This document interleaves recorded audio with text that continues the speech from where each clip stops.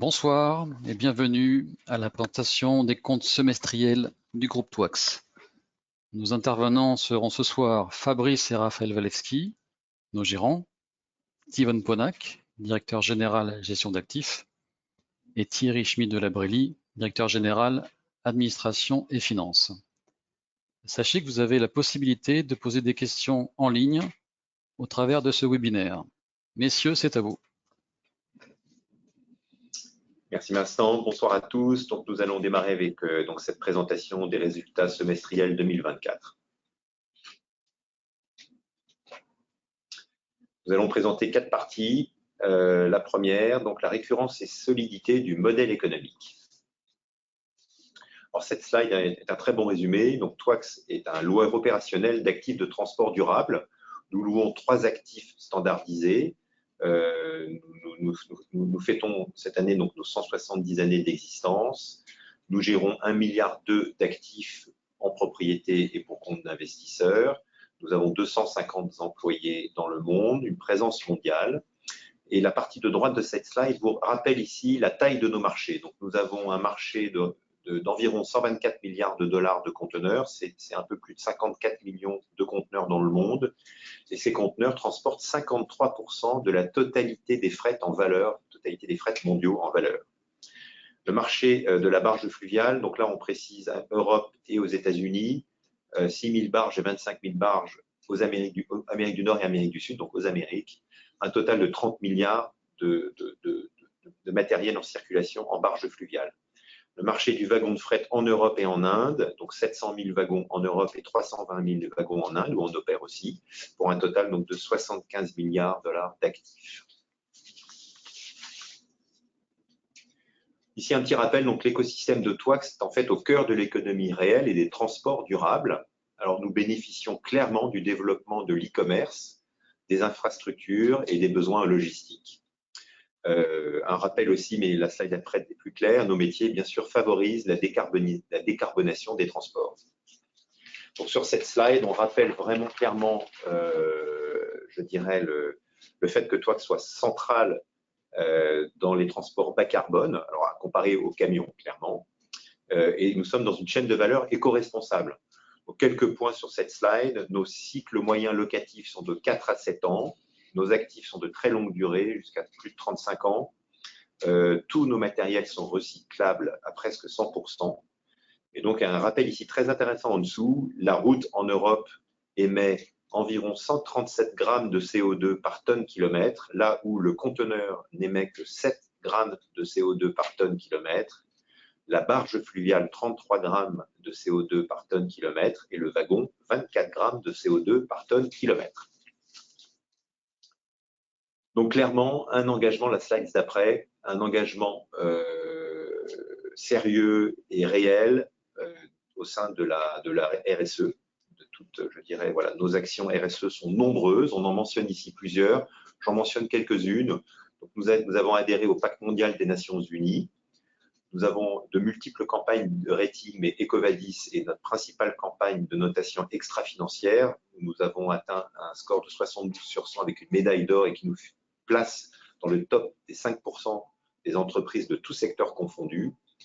Un point important, c'est de rappeler que nos financements aujourd'hui sont tous sous forme de financement durable. Alors, ça prend différentes formes, soit Green Loan, soit Sustainable Link Loan. Nous avons mis en place un Green Finance Framework en 2023 et aujourd'hui, 74% des financements du groupe sont à caractère durable. Un point aussi important, le groupe a démarré un partenariat avec un fonds CETEF. Donc, on est l'opérateur privilégié de ce fonds et la Banque européenne d'investissement en est l'un des principaux actionnaires.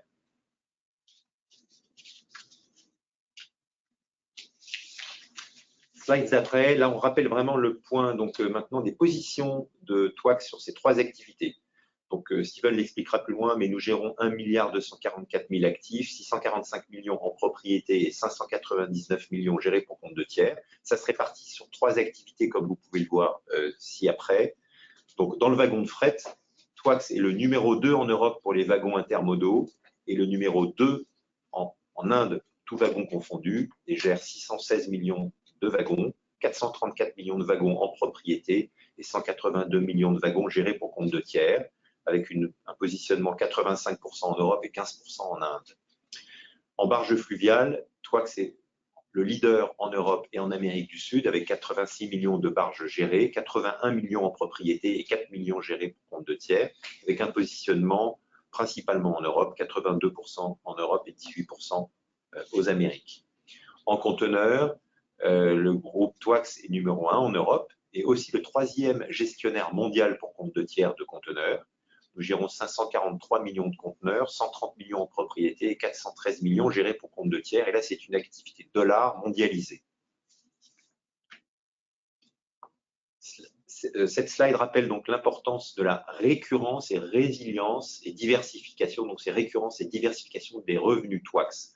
Donc, à fin juin, ces chiffres vont être repris plus largement par Thierry, mais nous avons réalisé à fin juin 44,4 millions de revenus locatifs, 28,1 millions de revenus de vente d'actifs et 7,9 millions de commissions de gestion. Donc, nous avons vraiment cette diversification entre revenus locatifs, vente d'actifs et gestion. Slides d'après, donc nous avons ici, nous présentons les quelques clients principaux par division. Donc il est vraiment important de noter qu'on est très diversifié dans notre clientèle. Ce sont des clients industriels, logisticiens et des transporteurs. Et nous avons des relations de très longue date avec ces clients, certains, donc vous voyez plusieurs dizaines d'années avec eux. Dernière slide, donc c'est vraiment le business model, la récurrence et la résilience du business model de Twax. On rappelle pas mal de points donc, concernant les caractéristiques de nos actifs. Mais ce qui est à retenir ici, c'est que 79% des revenus locatifs sont récurrents. Je passe maintenant la parole à Thierry pour la lecture des comptes. Merci Raphaël. Donc, présentation des comptes du premier semestre. Donc, on a un bon niveau de profitabilité opérationnelle et une bonne résilience et une récurrence des revenus, comme l'a indiqué Raphaël, avec un produit retraité des activités qui augmente de 79,1 à 80,4, soit 1,4 million d'euros d'augmentation, qu'on retrouve dans l'EBITDA, qui est en hausse de 1,1 million d'euros. Le résultat net part du groupe lui baisse de 1,2 million d'euros. Alors, qu'est-ce qui se passe après l'EBITDA? On va le voir dans le détail par la suite, mais on a un niveau d'amortissement qui est un petit peu en hausse. Donc, on a un résultat opérationnel courant qui lui baisse à 0,6 millions d'euros. On a des éléments non récurrents, je reviendrai dessus, c'est des éléments assez exceptionnels. Il y en avait beaucoup l'année dernière, il y en a eu un peu moins cette année, 0,7 millions d'euros de variation. Et puis, on a un effet frais financiers de la hausse des taux. Alors, on parle beaucoup de baisse des taux aujourd'hui, mais sur la période, on était sur des hausses des taux. Donc, des frais financiers augmentent de 1,1 million d'euros, mais ils sont compensés par des baisses d'impôts et des baisses d'intérêts minoritaires. Alors, si on regarde un peu plus dans le détail du compte de résultat, sur la slide suivante, voilà. Donc, on retrouve ici un compte de résultat un peu plus détaillé, et notamment dans le produit retraité des activités. Donc, retraité, je rappelle, ici, on ne présente pas le produit IFRS, parce que le produit IFRS présente des chiffres qui sont parfois bruts et parfois nets. Et donc, on a du mal à expliquer le produit des activités IFRS. Donc, on le retraite. Et ici, on ne présente que des chiffres nets, notamment dans les activités de gestion. Dans l'IFRS, il y a des chiffres d'affaires locatifs bruts pour les activités de gestion et puis des commissions de gestion. Donc, c'est un peu compliqué, on n'arrive pas à trop le comprendre. Donc, ici, l'activité locative de matériel eau propre, on la voit progresser très légèrement de 1%. L'activité vente de matériel eau propre, elle, diminue, 6%. Alors, en fait, on a ici une activité vente de conteneurs maritimes qui en baisse et qui est compensée par une activité vente de construction modulaire. Mais au final, on note quand même une légère baisse sur l'activité vente de matériel. L'activité de gestion, elle progresse significativement. Alors, on a dans cette activité de gestion des commissions de syndication, donc des bons volumes de syndication au premier semestre de cette année. Steven vous les présentera. Des commissions de gestion récurrentes qui sont relativement stables. Et par contre, des commissions de vente de matériel, notamment à nouveau sur les ventes de conteneurs d'occasion, qui sont, elles, un petit peu en baisse. L'EBITDA progresse, on l'a vu, donc l'effet du produit retraité des activités qui se retrouve dans l'EBITDA. Les amortissements et pertes de valeur, elles, augmentent. Et donc, alors, on n'a ici que des amortissements, on n'a pas de dépréciation d'actifs, mais elles augmentent avec un certain nombre d'investissements, ce qui donne un résultat opérationnel courant légèrement en baisse. Les éléments exceptionnels. On a ici une ligne qui s'appelle autres produits et charges exceptionnelles. Et puis plus bas, vous voyez une autre ligne qui s'appelle résultat net des activités cédées. Donc, si on prend la somme de ces deux lignes, en 2024, au premier semestre, on fait 1,9 million d'euros d'éléments non récurrents exceptionnels et l'année dernière, 2,6 millions d'euros. Donc, il y a cette baisse de 0,7 millions d'euros que j'ai évoqué juste avant. Alors, qu'est-ce qu'on avait comme exceptionnel? Pour mémoire, en 2023, nous avions racheté les minoritaires de l'activité modulaire qui avait fait un impact positif, mais nous avions un litige américain qui avait baissé cet impact pour $1 million. Donc, on avait un impact de 2,6 millions l'année dernière. Cette année, le litige américain, on a continué à le gérer, on a pu récupérer un petit peu, donc 400 000, c'est ce qu'on retrouve dans la ligne autres produits et charges exceptionnelles. Et puis, le résultat des activités net cédées, en fait, c'est un complément de prix qui a été payé sur la cession qui avait eu lieu sur les activités construction modulaire en 2017. Alors, pourquoi si longtemps après? Parce qu'en fait, il y avait une espèce de garantie d'actifs passifs avec un espèce de complément de prix lorsque les différents litiges qu'il y avait dans cette activité étaient clôturés. Tous ces litiges ont été clôturés positivement et donc nous avons eu ce complément de prix. Donc, on retrouve ces impacts dans le résultat opérationnel pour les autres produits et charges exceptionnelles. Le résultat financier, on en a parlé, donc une hausse des charges financières, principalement par la hausse des taux d'intérêt. On a à peu près 1,1 million de hausse ou 1 million de hausse. On est à 90% sur la hausse des taux et un petit peu de hausse de volume. On retrouve donc un résultat net consolidé de l'ensemble qui baisse un petit peu. Avec la part groupe et la part minoritaire, on notera quand même une bonne résilience à nouveau de l'activité du groupe grâce à sa diversification.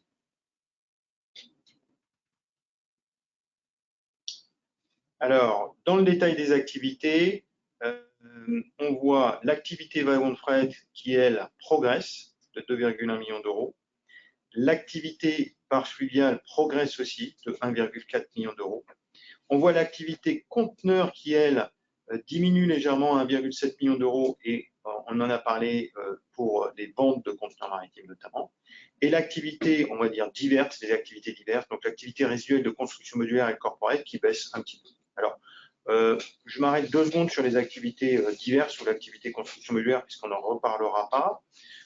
On a en fait un effet qui était plus saisonnier en 2023 et plus linéaire en 2024. Donc, avec des marges un petit peu inférieures en 2024, mais qui vont être rattrapées sur le second semestre. Donc, au premier semestre 2023, on avait fait une très bonne activité et on a fait un petit peu moins au deuxième semestre 2023. Là, on a une activité beaucoup plus linéaire et on devrait dépasser les performances de l'année dernière en construction modulaire. On a un très bon carnet d'ordre, on a un très bon pipeline de commandes. On a de bonnes marges, et donc on a une belle visibilité, une belle activité sur cette activité, et encore une fois, résiduelle.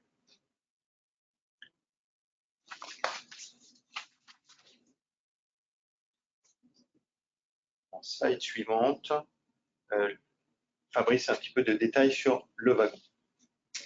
Alors, maintenant, focus par activité. Sur l'activité wagon de fret, légère progression de la flotte, vous voyez, qui passe de 13 191 wagons à 13 300 wagons, toujours lié au développement en Inde. Un petit rappel, hein, sur 12 mois glissants, on est passé de 17 trains loués en Inde à 27. Donc, il y a eu une forte accélération, surtout l'année dernière. Et le reste, donc en Europe, un secteur qui fonctionne bien, qui sont les wagons porte automobiles. Voilà. Sinon, le parc est un parc de qualité. Hein. On a 13 ans, d'âge moyen pondéré, ce qui est très jeune hein, par rapport à des actifs qui peuvent durer de 30 à 50 ans. Un taux moyen d'utilisation à 86%, en baisse légère hein, par rapport à juin 2023. On était à 88. On va revenir sur les perspectives. C'est un tassement quand même des activités en Europe, alors que les activités internationales, elles, se développent fortement. Et des durées moyennes de location, par contre, très positives. Hein. On a 4 ans de visibilité sur les cash flows. Alors, pour les chiffres financiers de cette activité, donc on voit quand même un bon niveau de performance opérationnelle avec cette hausse de produits retraités des activités qui passe de 27,9 à 29,1 et un impact positif dans l'EBITDA qui passe de 14,9 à 17. La hausse des produits des activités, elle vient de l'activité en propriété, plus 0,7 millions d'euros, malgré effectivement cette baisse de taux d'utilisation, taux moyen de 2,1 points. Donc en fait, on a réussi à compenser quand même la baisse du taux moyen par des investissements sur des actifs nécessaires, voilà, pour nos clients pendant la période. Pour l'activité de gestion, on remarque une forte progression, aussi une bonne progression de l'activité de gestion. Et donc, il en résulte un EBITDA en progression de 2,1 millions d'euros. Focus maintenant sur l'activité fluviale.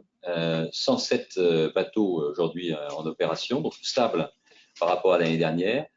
Sachez cependant qu'il y a 3 barges qui seront livrées, commandées et livrées dans les prochains mois, plus 4 actuellement en négociation. Donc on continue sur une dynamique de croissance. Intéressant, comme vous voyez, on indique 9 en gestion, donc c'est vraiment la première année où on commence à accélérer les activités de gestion pour compte de tiers. Steven va vous en parler. Sur l'activité fluviale, c'était moins le cas auparavant. C'était surtout réservé aux activités ferroviaires et containers. Et maintenant, c'est appliqué aussi pour financer le développement de l'activité fluviale. Le parc très jeune aussi, comme le parc de wagons. On a 14 ans, 3 en moyenne pour l'âge pondéré de la flotte. Et un taux d'utilisation, par contre, bon, 96,3%. En fait, on est à 100% de taux d'utilisation actuellement. Il y a un indicateur aussi qu'on aime bien d'activité, c'est la durée moyenne de location, 5,2 ans. Donc aussi une belle visibilité sur les cash flows. Alors, en termes financiers dans cette activité, on voit une marge opérationnelle en forte hausse, donc une légère hausse du produit retraité des activités de 7,5 à 7,9, mais une progression de l'EBITDA beaucoup plus forte, puisqu'elle passe de 2,5 à 3,9. Alors, comment ça s'explique? En fait, on a dans cette activité notamment une activité d'affrètement, qui est un peu une activité de broker, qui dépend effectivement des niveaux, notamment d'eau dans les bassins et notamment sur le Rhin. On a une baisse de cette activité d'affrètement, mais cette activité d'affrètement ici, enfin la baisse, la marge est assez faible. Donc on voit que cette baisse de 1,2 million d'euros de prestations annexes, en fait, crée une baisse aussi des dépenses opérationnelles de 1 million d'euros. Donc en fait, on retrouve par cette baisse seulement 200 000 euros d'impact sur les biens. Par contre, on développe l'activité de gestion fortement. Encore une fois, Steven va vous la présenter. Et on a une hausse de cette activité de gestion qui impacte fortement l'EBITDA pour 1,6 million d'euros. Maintenant, focus conteneurs. 326 000 conteneurs, 27% propriété, 73% en gestion. Un premier semestre, vous vous souvenez, qui était marqué surtout par la fin de la normalisation des trafics après le pic Covid. Donc, souvenez-vous, 2021, une année exceptionnelle pour l'ensemble du secteur et une normalisation qui commence mi-2022, 2023 et début 2024. C'est pour ça que vous avez vu les chiffres légèrement en baisse, notamment sur les activités ventes. Cependant, un semestre qui reste convenable, avec une accélération en fin de semestre des activités. Concernant le parc, vous le voyez ici surtout par l'indicateur qui est le taux d'utilisation, 96,9. Donc on est à quasiment 97% de taux d'utilisation. On était à 95 en juin l'année dernière. Donc on est à nouveau à la hausse sur cet indicateur. Durée moyenne de location, 6,6 ans. Donc c'est vraiment l'activité sur laquelle on a les contrats les plus longs, donc la plus forte visibilité sur les cash flows. Et puis un âge pondéré de la flotte extrêmement récent pour ce type d'activité, 6,1 ans. Ce sont des actifs qui peuvent durer de 15 à 20 ans sur tout ce qui est activité notamment de location.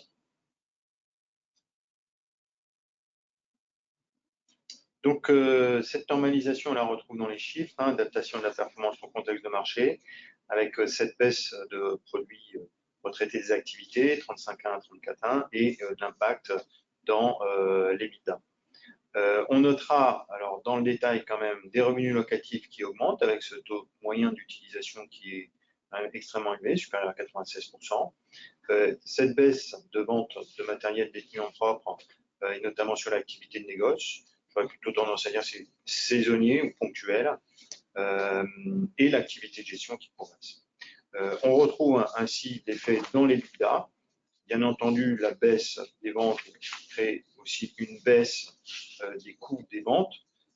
On notera par contre des hausses de charges opérationnelles. Donc ici, c'est juste un service qui a été arrêté, notamment du fait du conflit israélo-palestinien.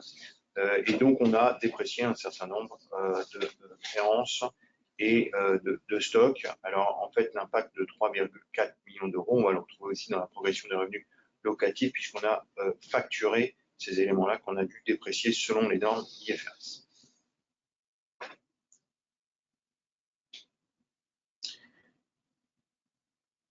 Steven, je te laisse la main pour la gestion d'actifs. Merci Thierry. Donc je vais présenter l'activité de gestion d'actifs, une contribution additionnelle aux revenus et à la croissance.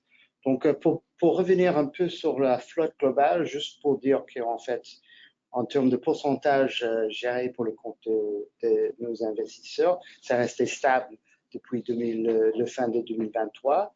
En fait, c'est un jeu de syndication et la continuation de vente naturelle d'une partie de la flotte ancienne sur l'activité conteneur, mais aussi on a eu des ventes sur le wagon aussi. Par activité, les parts sous-gestion stables sur l'activité wagon et conteneur. On voit, comme indiqué, une petite augmentation de 3 à 5%, qui est modeste, mais reste important sur l'activité fluviale. Et on a évoqué qu'il y a plein de discussions en cours. J'en parlerai un peu plus à la fin de la présentation sur l'avenir. Pour rappeler l'intérêt de Twax de la gestion pour le compte de tiers, je pense que d'abord, ça nous permet de répondre aux besoins de nos clients dans des marchés globaux qui sont compétitifs et les besoins d'investissement sont importants. Ensuite, c'est une contribution aux économies d'échelle sans peser sur notre bilan avec des marges de syndication, la commission de gestion et la commission sur la vente. Et finalement, c'est aussi une gestion de risque en sachant que Twax, en tant que gestionnaire, s'engage jamais sur un rendement minimum. Donc, c'est l'investisseur qui bénéficie de toute l'upside, mais aussi prend le risque lié à la vie des actifs.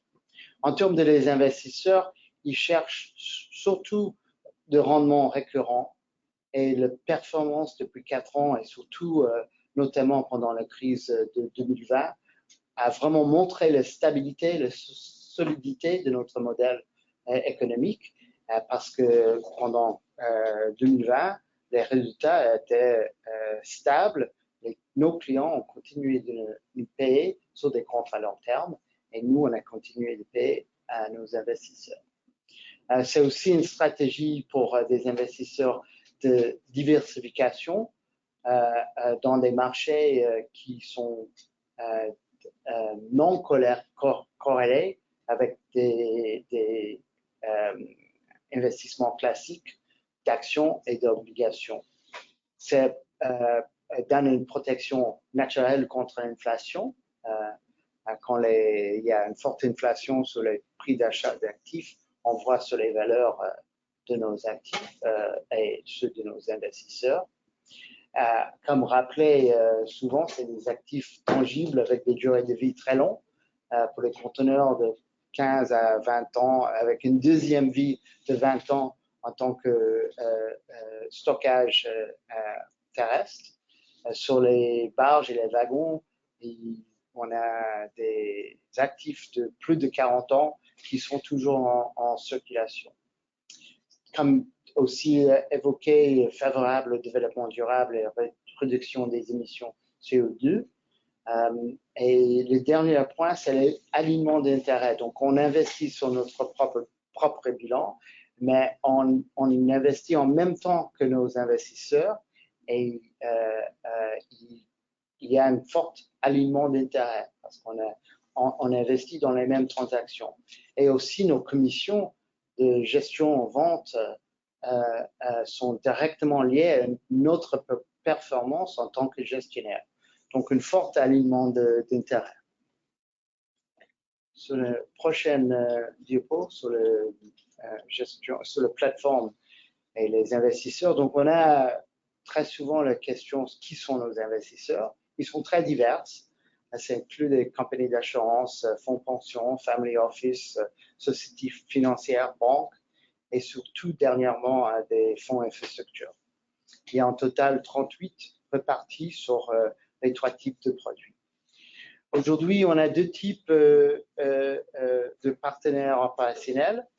Un, c'est des fonds luxembourgeois et l'autre, c'est des investisseurs en direct. Sur les fonds luxembourgeois, on a le Real Asset Income Fund, qui est un fonds luxembourgeois agréé par le CSSF avec 170 millions investis disponibles sur 2 compartiments, un en euros, investi en barge et en conteneur, et un en dollars, investi sur l'activité conteneur. Sur le compartiment euro, on a 1660 wagons et 5 barges pour une valeur globale de 120 millions d'euros. Et sur le compartiment USD, on a 36 000 EVP ou CIE à fin juin avec une valeur d'investissement autour de 50 millions d'euros. Et le deuxième fonds, comme cité déjà, un SICAV-SIF aussi luxembourgeoise, où on est le partenaire préféré avec un objectif de 240 millions sur 4 ans. À fin juin, nous allons clôturer sur 28 millions d'investissements. Et ensuite, il y a les investisseurs en direct qui sont répartis sur une dizaine de partenaires, plus de 20 pools d'actifs avec une valeur d'investissement de 430 millions d'euros. Sur les faits marquants sur l'année, on peut dire que on a continué le développement de l'asset management dans l'activité fluviale et encore une fois, on a plusieurs discussions en cours pour augmenter le volume d'une façon importante sur le fin de 2024 et surtout en 2025. On a clôturé 25 millions de dollars de syndication sur l'activité conteneur et 12 millions sur l'activité wagon, plus 16 millions sur l'activité wagon qui, en fait, on a remplacé un investisseur dans un SPV par un autre investisseur avec une valeur de 16 millions et on a fait une petite opération aussi sur l'activité fluviale. En termes de capacité de syndication disponible sur le reste de l'année, on a 24 millions pour l'activité wagon et barge et 54 millions pour l'activité conteneur. En conclusion, donc j'ai parlé de la performance des portefeuilles qui sont stables et en ligne avec les ententes de nos investisseurs. Aussi, je signale que le trend actuel de baisse de taux va favoriser nos produits d'investissement parce qu'ils sont souvent avec de leverage et le baisse de taux va nous aider dans cette démarche. Merci. Merci Steven. Donc on voit cette activité de gestion qui performe et qui nous permet de générer des revenus complémentaires, comme on l'a vu dans le compte de résultat, mais aussi gérer notre bilan. Donc je vais vous présenter aujourd'hui maintenant donc un bilan qui est constitué par des actifs tangibles, actifs non courants et stock. On voit 493 millions ici. Alors ici c'est le bilan économique, hein, c'est pas le bilan comptable. Donc on a mis à l'actif des actifs non courants et stock et puis au passif le financement de ces actifs. Donc, actifs non courants et stock, 493,3 millions d'euros. Donc, la valeur du groupe, elle se retrouve dans la valeur de ces actifs. Ce sont des boîtes en métal, tangibles, qui flottent ou qui roulent, ou qu'on transporte par bateau pour les conteneurs. Et cela est dans ces 493 millions, on n'a que 3, quelques millions, 5-6 millions, voilà, je l'ai ici, 8,7, marqué en tout petit, 8,7 millions d'euros de goodwill et d'incorporel. Donc effectivement, c'est vraiment des actifs tangibles. Donc cela est financé par des capitaux propres de l'ensemble, et de la dette. L'endettement net financier de 297 millions par rapport à 285,7 millions net, donc net du cash. On voit une hausse de la dette brute de 10,8 millions d'euros. On a un petit peu investi et donc on voit cette dette. Il y a un effet aussi sur l'excédent en fonds de roulement. Alors là, on est plutôt sur le cut-off, on voit une baisse de l'excédent en fonds de roulement. Ce qui est intéressant ici, c'est que c'est un excédent. Donc la dette ne finance que de l'actif tangible, elle ne finance pas du BFR. Alors, dans l'actif tangible, on rappelle, on remet aussi le stock.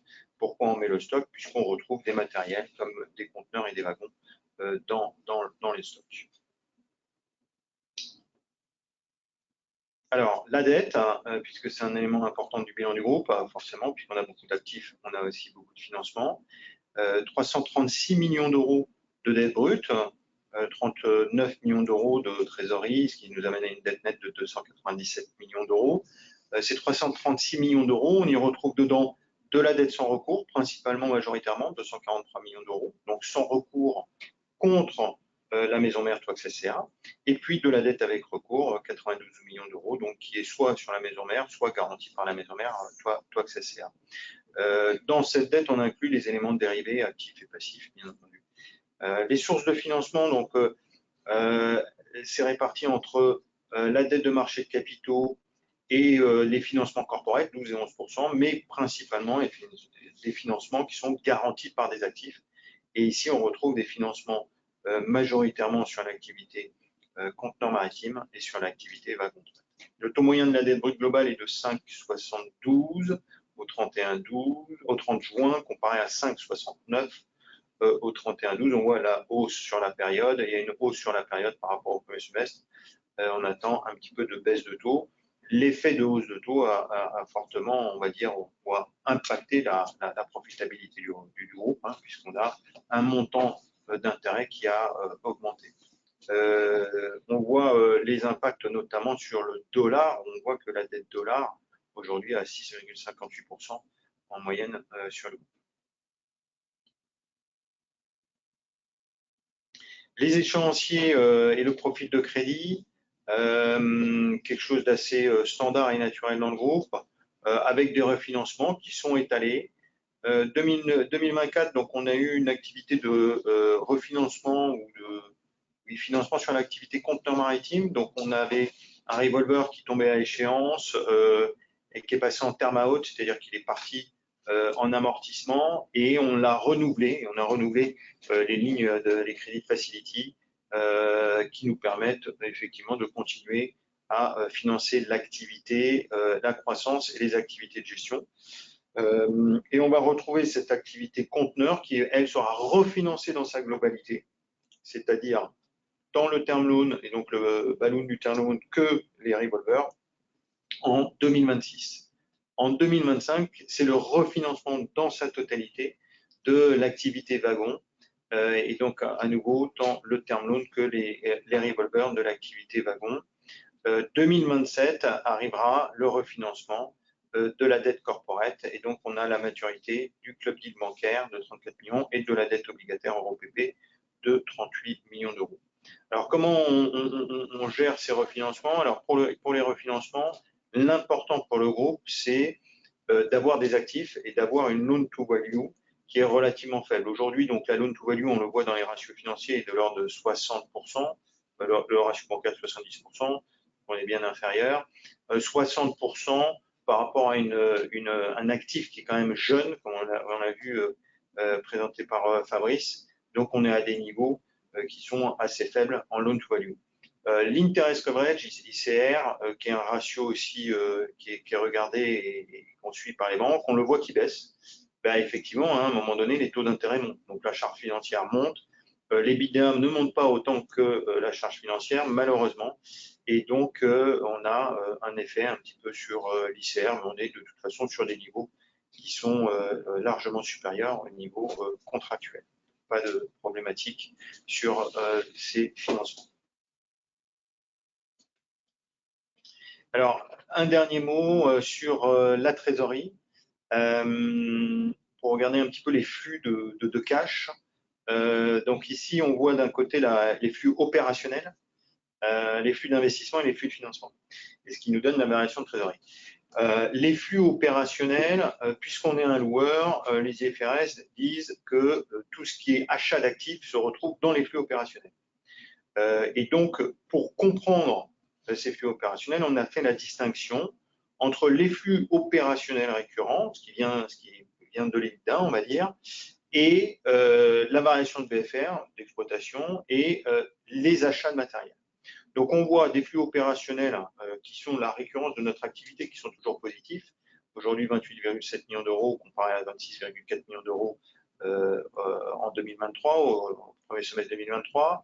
Une variation de BFR qui est en principe assez faible. Là, on voit, bon, carrément nul. Au S1 2023, il y a eu un impact cut-off, donc il y avait un impact de 11 millions. Et les achats de matériel. Donc, le cash qui est généré par les activités, on a un levier ici qui est notre choix d'investir ou d'arrêter d'investir. Aujourd'hui, on a continué à investir à un niveau qui est relativement équivalent au niveau de l'amortissement. Donc, on est plutôt dans un investissement de renouvellement dans le groupe et pas de croissance étant donné les marchés. Notre objectif, et Fabrice nous présentera, est plutôt de faire de la croissance, mais selon les conjonctures, on s'adapte.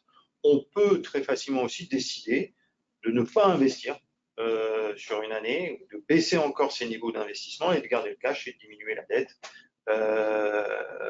Voilà, c'est un levier qui est vraiment au choix de la direction.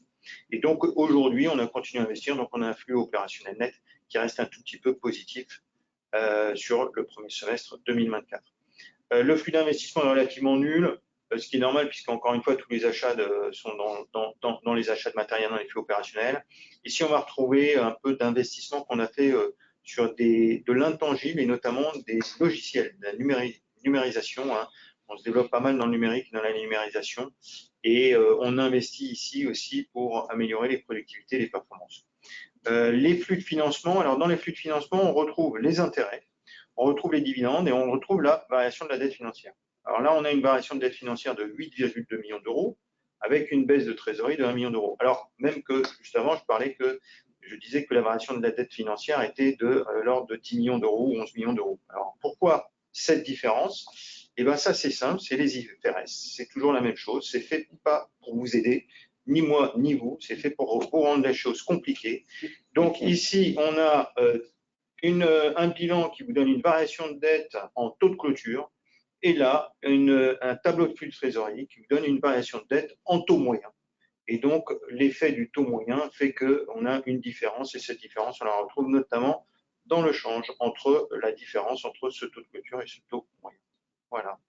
Bon, tout ça pour conclure sur l'activité du groupe au premier semestre. On voit quand même qu'on a une activité qui est récurrente, qui est résiliente, grâce à des niveaux de diversification qui nous permettent de continuer à générer du cash et à progresser dans les marchés.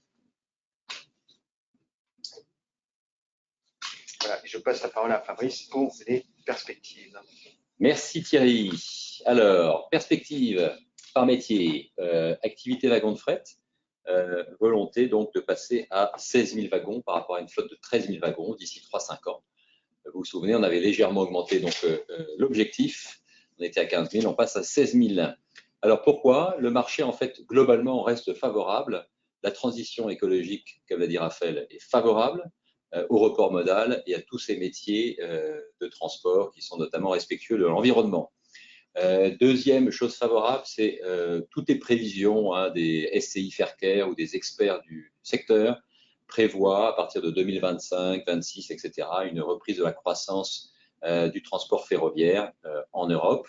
Alors, c'est surtout impressionnant, bien sûr, en chiffres et en pourcentage en Inde.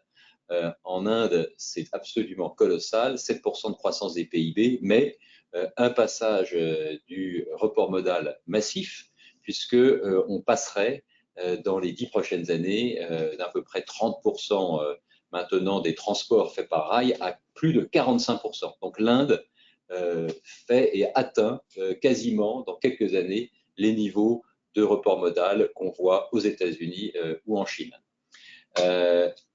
Quatrième point positif sur ce secteur, c'est bien sûr la libéralisation. En fait, ça a été libéralisé en Inde, ça a été libéralisé en Europe, d'ailleurs la même année. Mais en Europe, c'est impressionnant. Quand on avait commencé dans ce métier à relancer les investissements il y a une trentaine d'années, le secteur était vraiment du privé, représentait péniblement 20% des achats. On est maintenant à 75% des achats de wagons neufs qui sont financés par les plateformes, les loueurs, donc par le privé et tous nos investisseurs. Voilà, donc là, des parts de marché importantes qu'on continue de prendre par rapport aux investissements publics. Un point négatif quand même sur le marché, c'est justement l'Europe. On en parlait un petit peu tout à l'heure, mais sachez que l'industrie européenne a souffert de la guerre en Ukraine, de l'inflation, des problématiques de coût de l'énergie. Donc on espère que tout ça pourra revenir à peu près à la normale dès 2025. En tout cas, nos ambitions sont là pour le rail. On vise 16 000 wagons, 75% en Europe, 25% en Inde. Donc, vous voyez, une belle progression en Inde. On vise aussi toujours à accompagner les clients publics en fait dans leur développement. Il y a beaucoup de sell and leaseback ou d'opportunités de rachat de flottes existantes qui sont encore possibles. On développe l'Inde, comme on l'a dit. On fait beaucoup d'efforts sur l'innovation. Comme vous savez, tous nos matériels maintenant sont en passe d'être équipés de systèmes de positionnement par GPS et avec énormément de services qui sont offerts à nos clients sur la localisation en temps réel, les messages d'alerte, les maintenances prédictives. Tout ça va vers l'excellence opérationnelle, c'est donc très bien. On continue aussi en stratégie de diversifier notre portefeuille de wagons. On est très présent sur l'intermodal, on est très présent dans la partie automobile et on va continuer de se développer donc, sur tous les autres segments du marché. Sur l'activité maintenant fluviale, perspective d'augmenter donc la flotte de 107 bateaux à 150 bateaux.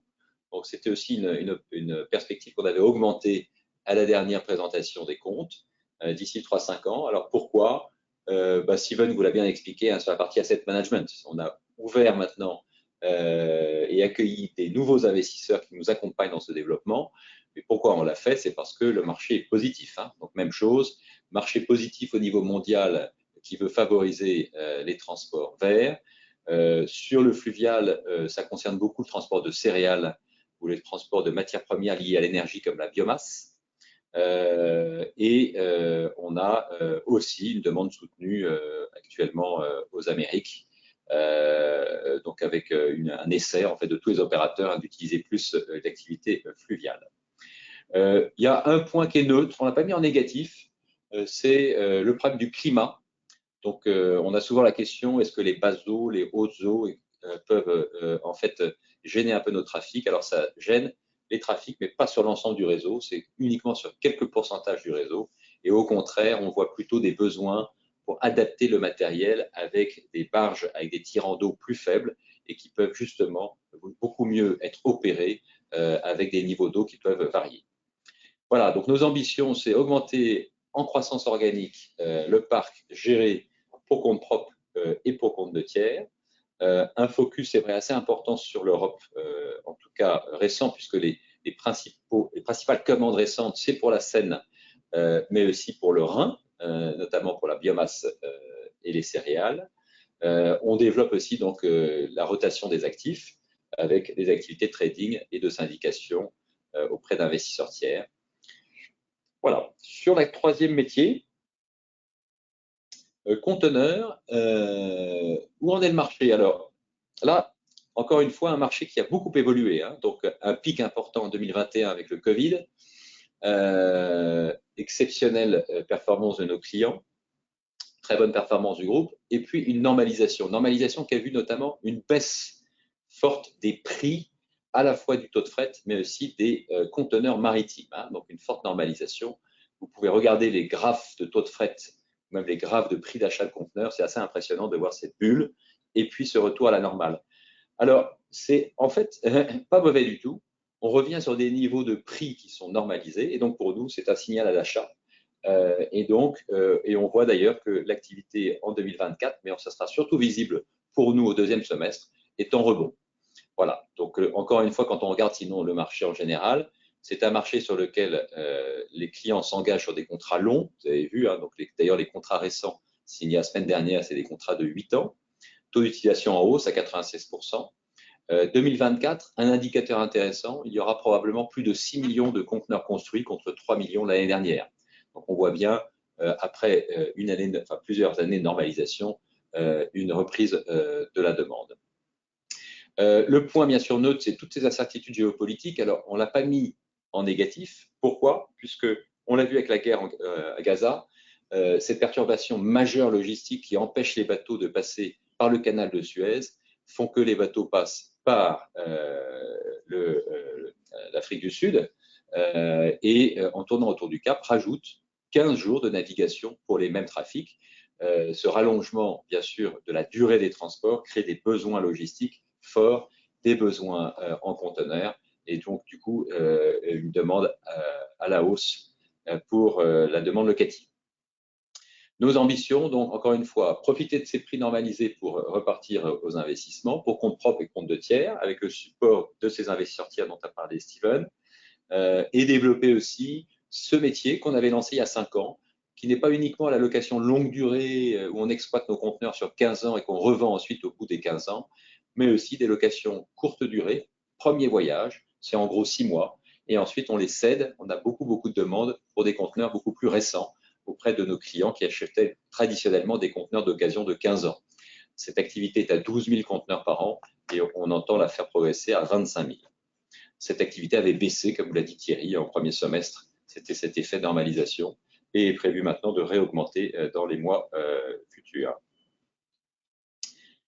Voilà, donc en conclusion sur le groupe, nous avons donc des atouts structurels favorables pour une croissance pérenne et rentable.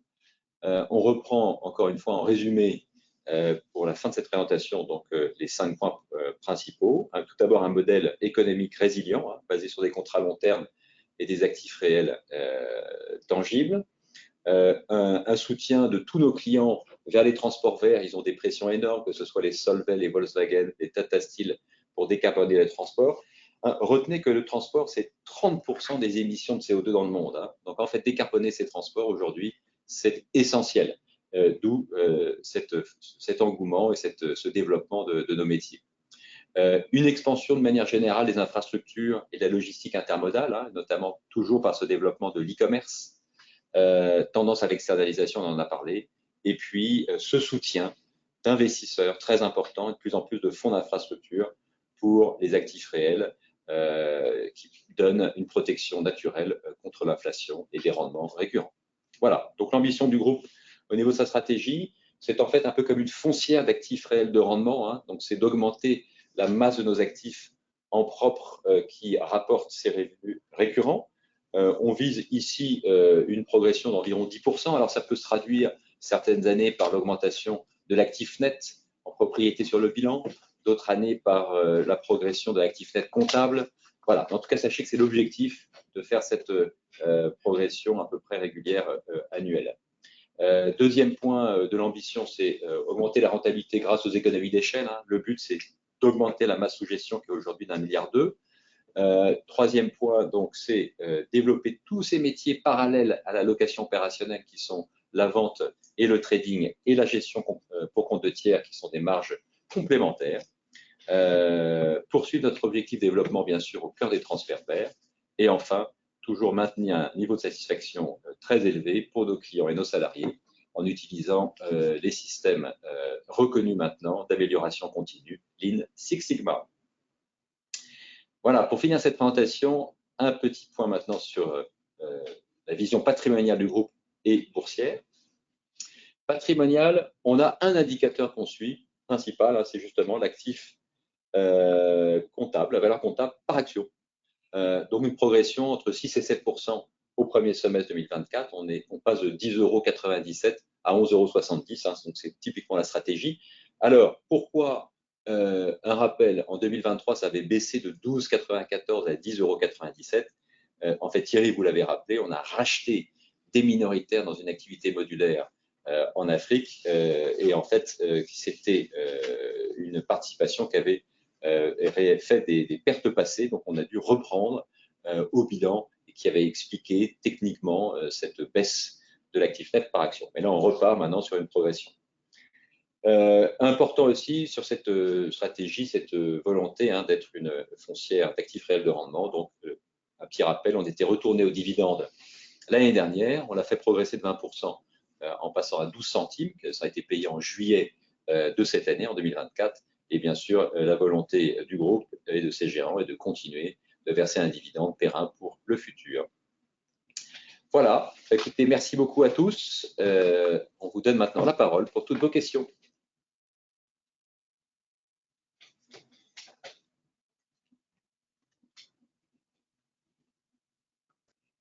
Donc, quelques questions en effet. Une première sur l'activité conteneur. Qu'est-ce qui explique la baisse du chiffre d'affaires locatif en propre au deuxième trimestre sur cette activité? En fait, la normalisation des trafics a entraîné moins d'investissement. En fait, ça s'est surtout vu l'année dernière et puis même au début d'année. Et donc, vous avez un léger tassement. On est à 330 000 conteneurs à peu près. On est à 320 et quelques. Vous voyez, donc un léger tassement de la flotte. Et intéressant, puisque comme je le disais, cette normalisation a pris fin et maintenant on repart en fait aux commandes. Mais voilà, c'est tout simplement cet effet en fait de moins d'investissement. Le principe du loueur, bien sûr, par contre, c'est de continuer à céder tous ces actifs qui sont en fin d'activité locative. Et donc, on a continué sur un niveau d'activité assez soutenu à céder des matériels de location. Est-ce qu'on n'a pas facturé Calypso pour le trimestre? Alors, il peut y avoir aussi un effet, en effet, dans cet effet de normalisation des trafics, nous avons eu en fait quelques clients Service qui s'est arrêté. Voilà, qui se sont malheureusement arrêtés, et notamment un client dont vous parlez qui s'appelle Calypso Reefline, un client italien qui n'a pas pu accoster avec ses bateaux à Gaza, enfin à Gaza, en Israël. Et donc, tout a été interrompu et on a pris la décision en fait de récupérer les actifs et donc de prendre aussi des provisions. Alors, ces provisions ont pu aussi impacter le chiffre d'affaires locatif. En fait, effectivement, dans ces cas-là, on facture la totalité du contrat puisque les contrats de location ne sont pas résiliables et on provisionne. Donc, on a facturé la totalité du contrat premier trimestre et on a provisionné. Une autre question assez rapide. Est-ce que la filiale africaine a été cédée? Eh bien non, puisqu'on voit qu'elle est toujours là, construction modulaire. L'objectif est de toujours la valoriser. Elle reste résiduelle, hein, mais on a une bonne visibilité et un bon carnet de commandes. Fabrice, vous pouvez peut-être ajouter un mot. Non, on est très content de voir cette progression du carnet de commandes et de la contribution voilà, aux activités générales. Donc, c'est une bonne nouvelle. Donc, mais pour répondre factuellement à la question, non, cette activité n'a pas été cédée.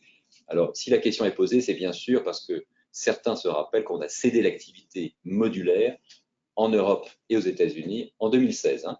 Donc, ça a été cédé, mais on a gardé l'activité en fait présente en Afrique, mais qui est pour l'instant donc conservée. Seconde question, troisième question technique sur les taux d'intérêt et la sensibilité des frais financiers.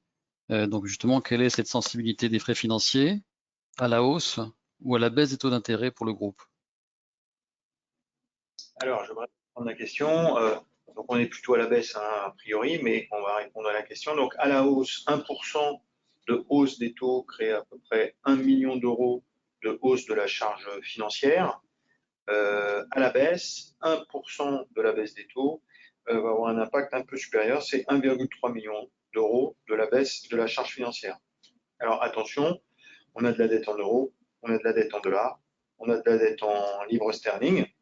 Donc, quand on parle de 1% de baisse, c'est 1% de baisse sur l'ensemble de ces dettes. Hein. Bien entendu, si la baisse est différente dans une devise ou dans l'autre, l'impact pourra être différent.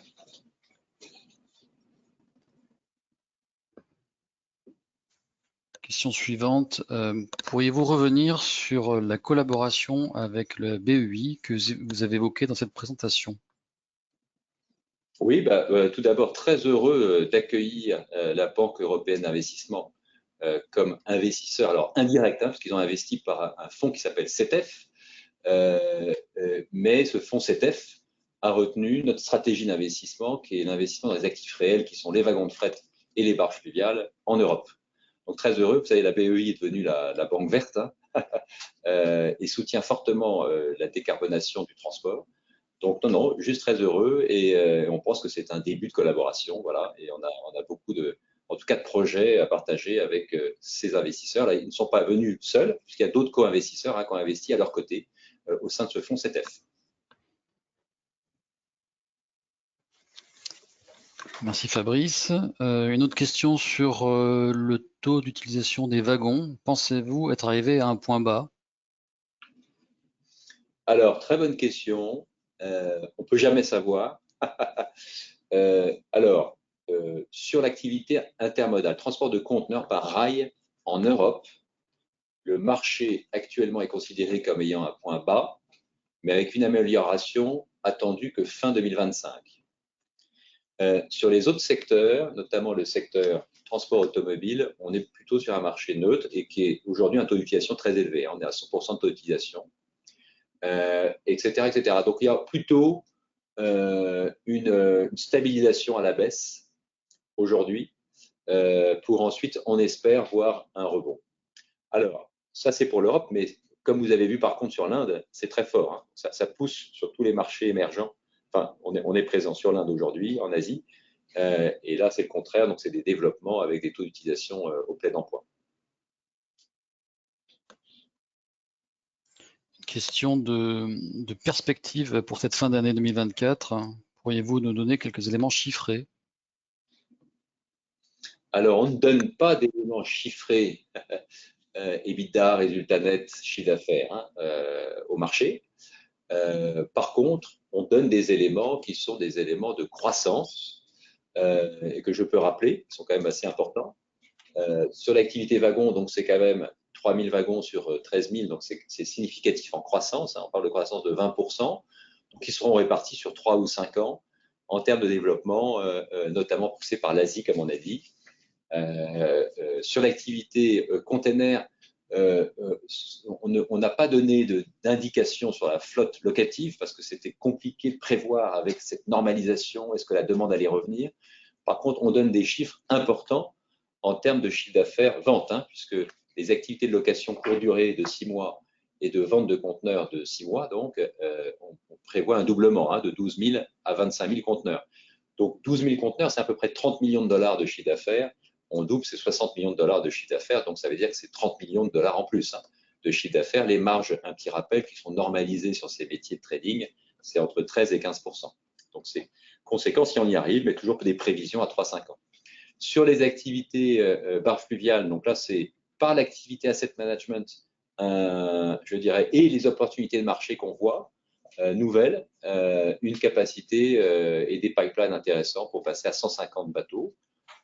Récemment, donc j'indiquais qu'on a 7 navires en cours de discussion ou de commande par rapport à une flotte de 107, à 3 sont en cours de livraison, 2 sur la Seine, 1 sur le Rhin, plus 4 en cours de discussion. Donc vous voyez, il y a des croissances au niveau des activités. Voilà, c'est plutôt ces indications générales qu'on donne.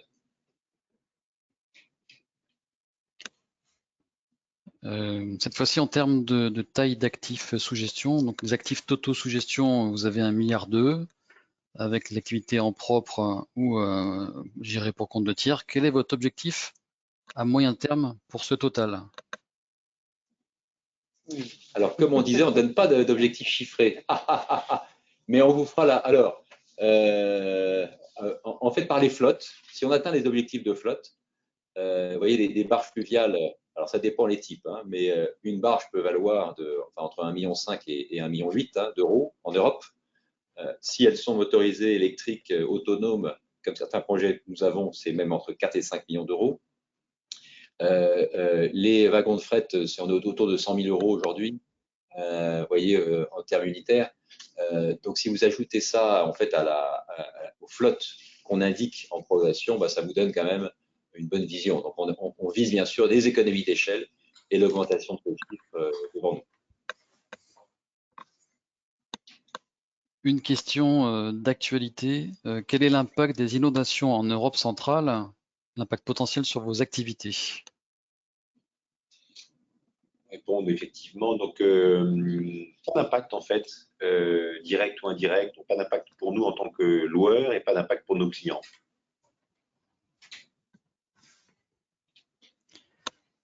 Merci. Concernant le cours de bourse, donc il est vraiment bas, allez-vous continuer à racheter des titres? Et comment expliquez-vous ce cours bas? Alors, d'abord, merci de poser la question. Il est bas, on confirme, quand on le compare bien sûr à l'actif net par action. Alors, l'actif net par action, c'est l'actif net par action. Hein. Ce n'est pas non plus la valeur d'expertise des actifs. Hein. C'est vraiment l'actif net. Donc, en effet, il y a une décote. Comme vous savez, les valeurs moyennes au sens large sont extrêmement décotées.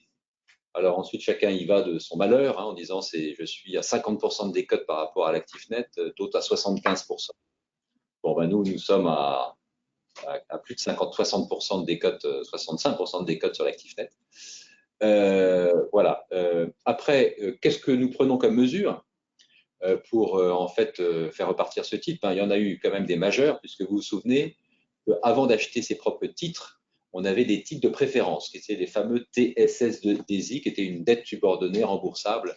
Mais appelons ça des titres de préférence. Ils avaient un coupon prioritaire qui versait aux heureux actionnaires un coupon autour de 8%.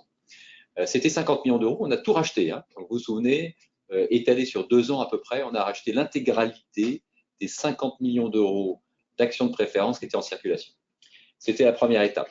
Et comme vous l'avez vu, pas d'impact majeur sur nos fonds propres. Hein. Ça s'est fait et ça a été compensé par des quelques opérations comme l'arrivée d'un partenaire dans l'activité Twaxrail d'ailleurs, ou la progression des chiffres. Deuxième opération qu'on a faite, on a commencé à acheter ensuite des titres qui sont sur le marché, mais d'une manière, vous avez vu, assez faible, c'est quelques pourcents. On est soumis à des règles AMF, comme vous savez, de relution maximum. Donc là, on peut le faire qu'un petit peu.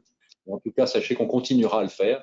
Le gros ayant été fait maintenant, c'était l'achat des actions de préférence. Voilà. Et ensuite, on s'est remis à payer un dividende. On ne l'avait pas fait puisque, vous vous souvenez, pendant 4, 5, 6 ans, suite à la cession d'activité modulaire, on avait souhaité reconstituer des fonds propres à un niveau satisfaisant. Donc, on avait vraiment privilégié la reconstitution de bons ratios. 60% d'LTV, c'est très satisfaisant. Un très bon niveau de fonds propres, etc. Donc, maintenant, on recommence progressivement à faire une distribution, mais qui est normale hein, dans une stratégie, encore une fois, de foncière, d'actifs réels, de rendement. Voilà. Donc, ça sera progressif et on va continuer de le faire dans les années futures. Merci Fabrice. Une question sur l'Inde. Combien avez-vous de personnes en Inde et pensez-vous faire des partenariats dans ce pays? Alors, le nombre de personnes en Inde, si on ne parle que des personnes qui s'occupent du leasing, on est à moins de 10 personnes. Donc, c'est en fait aujourd'hui une petite équipe. Par contre, si on intègre, bien sûr, toutes les équipes qui sont liées à la fabrication des wagons, puisque nous sommes en partenariat, pas avec, en fait, au niveau de l'usine, hein, mais en partenariat avec les actionnaires de Texmaco, qui est le numéro 1 de la fabrication de wagons en Inde, un peu comme si Twax était associé à Airbus hein, pour lancer une offre de leasing d'avions. Là, on l'a fait pour les trains de fret en Inde avec le leader, donc le groupe Texmaco. Là, bien sûr, c'est plusieurs centaines d'emplois.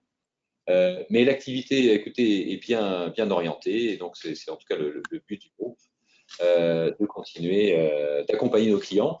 On a beaucoup de clients européens d'ailleurs, hein, qui sont ou internationaux, qui sont en Inde et qui étaient toujours gênés puisque s'ils voulaient faire du report modal vers le rail, il n'y avait que les vieux wagons du réseau ferré indien, qui étaient propriété de l'État, qui étaient disponibles. Et en fait, l'Inde a très intelligemment fait venir des investisseurs du privé pour justement qu'on innove. Et je donne encore un exemple, parce que ça m'a toujours intrigué. C'est impressionnant. Les nouveaux wagons qui transportent les bobines d'acier en Inde, c'est 40% de capacité de chargement de plus sur le même train, par rapport au design qui était offert avant sur le marché. Donc c'est énorme. Donc c'est pour ça que les grands groupes sidérurgiques aujourd'hui sont ravis de faire du rail, parce que c'est sur les nouveaux wagons, parce que c'est 40% de capacité de temport en plus. Voilà, donc là, il y a un beau développement devant nous. Une question relative à l'endettement. Donc l'endettement pénalise fortement la rentabilité du groupe. Pourquoi continuer à augmenter cet endettement?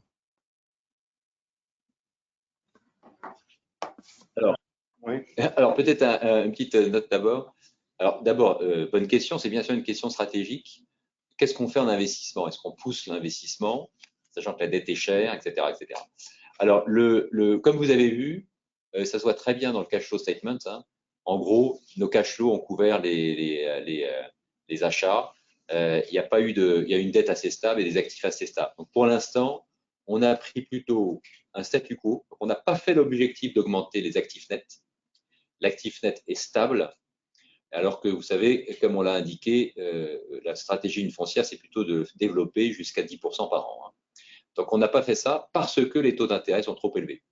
Donc, en effet, en termes stratégiques, on s'est imposé cette année un strict remplacement de la flotte qui est vendue ou qui est dépréciée pour maintenir une base d'actifs stable, mais on n'était pas du tout dans je dirais, une activité de développement à cause des taux chers. L'annonce des taux bas et la baisse des taux sera donc a priori très favorable pour le groupe, à la fois en termes de rentabilité, comme vous l'avez vu sur notre PNL, mais aussi parce que ça peut être un signal de relance des investissements. Voilà, donc c'était plutôt une prudence. Et il y a eu des investissements, Fabrice, sur l'Inde, sur les wagons en Inde, mais qui ont montré des retours sur investissement très élevés et donc qui permettaient d'être très rentables dans ces investissements. Une question peut-être d'arbitrage entre les activités en propre et de gestion. Comment vous assurez-vous de la rentabilité de vos activités de gestion pour compte de tiers par rapport à la rentabilité que dégageraient vos actifs en propre? En fait, là, alors, tout d'abord, sachez que pour gérer des actifs pour compte de tiers, il faut être transparent et co-investir et montrer un alignement d'intérêts. Donc, en fait, en gros, la performance des actifs gérés pour compte de tiers est la même que celle des actifs du groupe. On est d'ailleurs souvent dans des pools d'investissement communs. Le principe, c'est le co-investissement. Donc ça, ne retenez pas qu'il y ait une meilleure rentabilité d'un côté ou de l'autre. Je parle de rentabilité intrinsèque. Après, par contre, pour toi, c'est pour ça qu'on a un petit peu changé la présentation des chiffres au début de cette présentation SFAF, c'est qu'on vous fait ressortir la contribution nette des commissions de gestion à l'EBITDA du groupe. Et comme Steven vous le dit, c'est qu'en fait, on a une plateforme, on a des coûts fixes, on peut prendre la décision de gérer que les actifs en propre, mais dans ce cas-là, on n'a pas une contribution complémentaire pour absorber nos coûts fixes de la gestion pour compte de tiers. Et c'est dommage, parce que ces plateformes, c'est beaucoup de monde. Hein, il y en a 250 personnes aujourd'hui qui gèrent ces actifs. Donc, il faut mieux mutualiser nos plateformes. Et c'est ce qu'on a fait. Et en fait, vous avez une contribution que vous voyez dans notre compte de résultat qui est plusieurs millions d'euros de commissions de gestion, de commissions de vente, de commissions de syndication. Et ça, ce sont les mêmes équipes qui font la gestion pour compte propre ou la gestion pour compte de tiers. Hein. Donc, en fait, il y a vraiment une contribution positive à l'absorption des frais fixes. Et c'est pour ça qu'aujourd'hui, on continue à faire la gestion pour compte de tiers. Alors après, en termes de curseur, vous avez vu qu'on est à peu près à 50-50. Donc 50% propriété, 50% gestion. Ça peut évoluer dans le futur. Mais on essaye pour l'instant, en tout cas au niveau bilan, de rester dans un même environnement, c'est-à-dire pas d'augmentation de capital. On reste avec les fonds propres actuels et on les fait progresser en valeur. Donc, c'est à peu près des investissements qui peuvent être au maximum autour de 50 millions d'euros par an.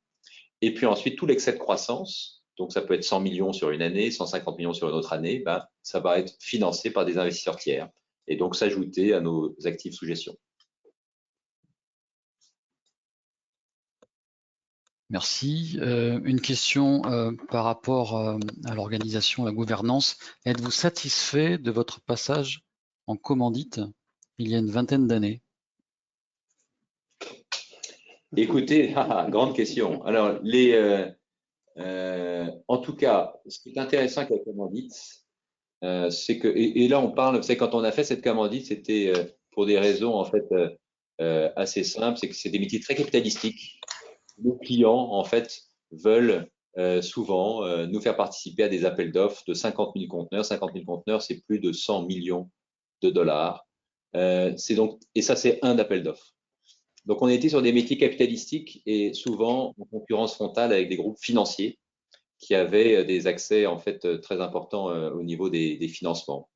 Et donc on s'est dit quel type de structure on peut faire pour à la fois aligner un intérêt familial long terme de l'actionnaire de référence et en même temps une capacité à jouer sur tous les leviers en fait du financement, sans qu'une dilution en fait crée un problème sur une vision long terme.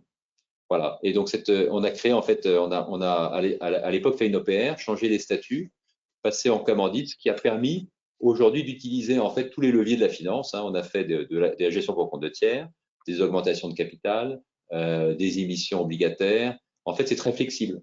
Le problème d'une détention de 51% d'une société n'est plus un souci. On peut utiliser tous les leviers de la finance. Voilà, donc c'est assez flexible. Par contre, pas de satisfaction, encore une fois, ce que je vois souvent derrière la question qui est au niveau du cours boursier. Bien sûr, le cours boursier est bas, donc malheureusement, ça c'est un fait. Mais on analyse plutôt cette stratégie en fait de GPLPs comme une stratégie, une structuration très classique de ces métiers de gestion de foncières. Regardez les foncières, regardez les banques d'investissement, etc. Ils sont très souvent structurés en commandite ou en société en trust avec des LPs et des GPs. Donc rien de particulier à ce niveau-là. À nouveau une question sur l'Inde. À combien s'élève l'actif en Inde et quelle est votre détention dans cette filiale indienne? Donc, nous détenons, alors un petit rappel sur le Twaxrai quand même, parce que Twaxrai, en effet, est détenu, comme vous savez, à 51% par le groupe et 49% de Twaxrai est détenu par un excellent partenaire qui s'appelle aujourd'hui CVC DIF, parce que la société DIF, qui est un fonds d'infrastructure hollandais, qui gère 15 milliards, a, comme vous le savez, d'ailleurs c'est une nouvelle, été acheté en juillet, donc là il y a 2 mois, par le fonds gigantesque CVC. Donc on a un partenaire sur le rail qui a plus de 100 milliards sous gestion. 49% détenus par eux. Et après, cette société Twaxrai détient 51% de Twaxrai en Inde, où nous avons là un partenaire qui n'est pas financier, mais un partenaire opérationnel. Donc pour vous répondre, et qui est Texmaco, qui est le leader de la fabrication des wagons en Inde. Donc pour vous répondre, on a en Inde, en économique, 25% de la propriété économique, mais on contrôle par ce jeu de 2 holdings à 51%. Merci Fabrice. Une dernière question. Quelle a été l'inflation sur la fabrication des matériels, donc barges, wagons, conteneurs, depuis les dernières années? Et considérant cette inflation embarquée, à combien s'élève actuellement l'actif net réévalué de la flotte? Alors, bonne question. Alors, d'abord, l'actif net réévalué, on l'indique. Il a été indiqué, on le fait c'est un gros exercice de calcul. On le fait qu'une fois par an. Donc, on l'indique ici, c'est la page 35, c'est 20,59 €. Alors, attention à ce calcul d'actif net réévalué parce que on demande à des experts indépendants de valoriser nos flottes et on va remplacer au bilan ces valeurs de marché par rapport à nos actifs nets comptables au bilan. Et puis, on vous donne du coup une survaleur. Donc, ça correspond à 20,50 € aujourd'hui par action. Cependant, ça n'inclut pas toutes les décotes de liquidité possibles et ça n'inclut pas aussi tous les impacts éventuellement d'impôts. Si on cédait ces actifs, bien sûr, à ces valeurs-là, il y aurait des impôts importants à payer. Donc, attention quand même, c'est une indication, mais à prendre avec prudence. Mais en tout cas, oui, il y a des plus-values latentes. Et donc, pour répondre ensuite à votre question sur l'inflation, sur le conteneur, on peut parler d'inflation, mais aussi de déflation. Donc en fait, les conteneurs sont passés en gros de 1800 $ à 3800 $ au moment du pic en 2021, sont retombés à 1800 $ il y a à peu près un an et demi, et maintenant on est à 2200 $. Donc on a toujours un petit peu, cette activité est amusante parce qu'elle montre elle est en avance des cycles. Donc on est déjà dans la déflation hein, sur l'activité conteneur, et là ça repart à l'inflation. Mais au final, les 2200 $ actuels, c'est à peu près les niveaux moyens historiques des 20 dernières années. Donc un actif conteneur qui est en moyenne plutôt assez stable si on prend les valeurs actuelles. Sur les valeurs de wagons de fret et de barges fluviales, là, on voit une inflation qui reste, puisque sur les wagons de fret, on a plutôt une augmentation sur les 5 dernières années de à peu près 20-25%, donc qui est cumulée et qui est vraiment l'effet, l'impact inflation. On le retrouve aussi dans les barges fluviales. Et là, probablement qu'il n'y aura pas tellement de rebaisse derrière, puisque c'est quand même des inflations qui sont très liées aussi aux emplois, enfin à la main-d'œuvre, etc., etc. Donc voilà, donc il y a eu un effet en effet de l'inflation intéressant qui a revalorisé nos actifs, en tout cas sur nos métiers barges et wagons de fret. Merci Fabrice. Donc merci pour vos réponses, messieurs. Je pense qu'il n'y a plus de questions. Merci à tous. Merci. Eh bien, merci beaucoup pour toutes ces questions et à très bientôt. À bientôt. Merci, au revoir.